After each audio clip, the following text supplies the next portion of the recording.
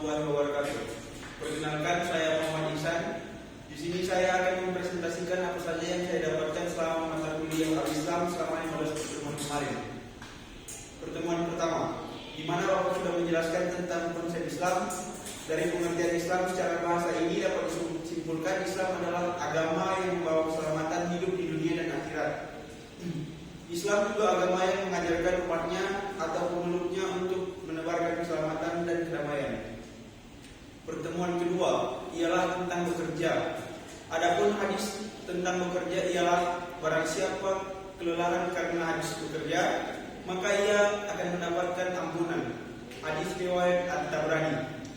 Maksudnya ialah Allah Subhanahu wa taala menjanjikan ampunan bagi hambanya yang kelelahan setelah bekerja. Pertemuan ketiga ialah tentang menuntut ilmu. Adapun hadisnya adalah sesungguhnya Allah, para malaikatnya, penduduk langit dan bumi, hingga semut-semut yang ada di lubangnya, hingga ikan-ikan, benar-benar semuanya bersolawat meminta ampunan untuk orang yang mengajari kebaikan kepada manusia. Hadis riwayat At-Tirmizi. Maknanya menunjukkan besarnya keutamaan seorang yang mempelajari ilmu agama yang bersumber dari Al-Quran dan Sunnah Rasulullah SAW, kemudian menyebarkannya kepada manusia. Pertemuan keempat ialah bagaimana Islam di Indonesia.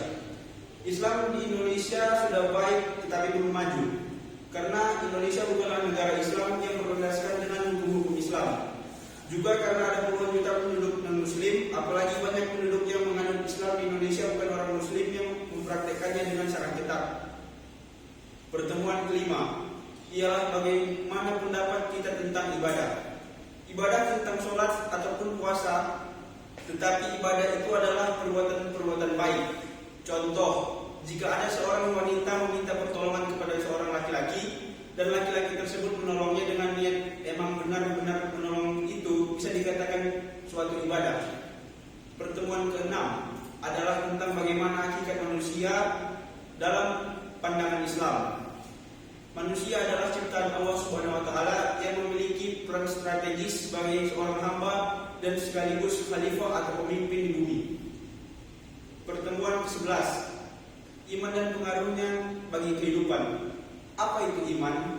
Iman adalah fondasi spiritual yang memandu keyakinan dan perilaku seseorang, terutama dalam konteks agama dan moralitas.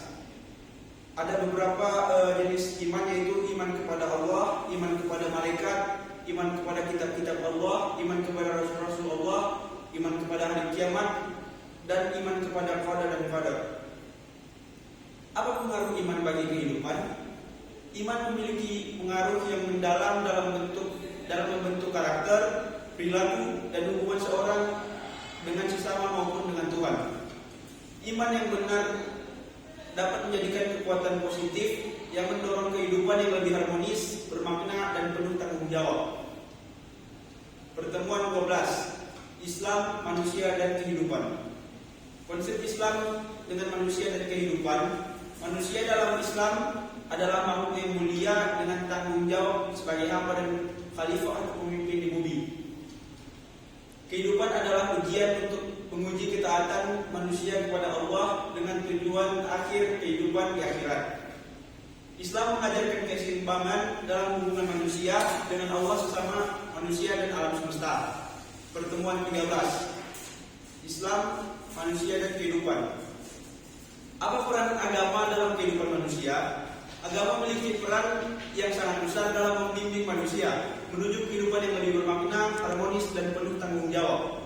Agama tidak hanya mengatur hubungan manusia dengan Tuhan, tetapi juga sesama manusia dan lingkungannya.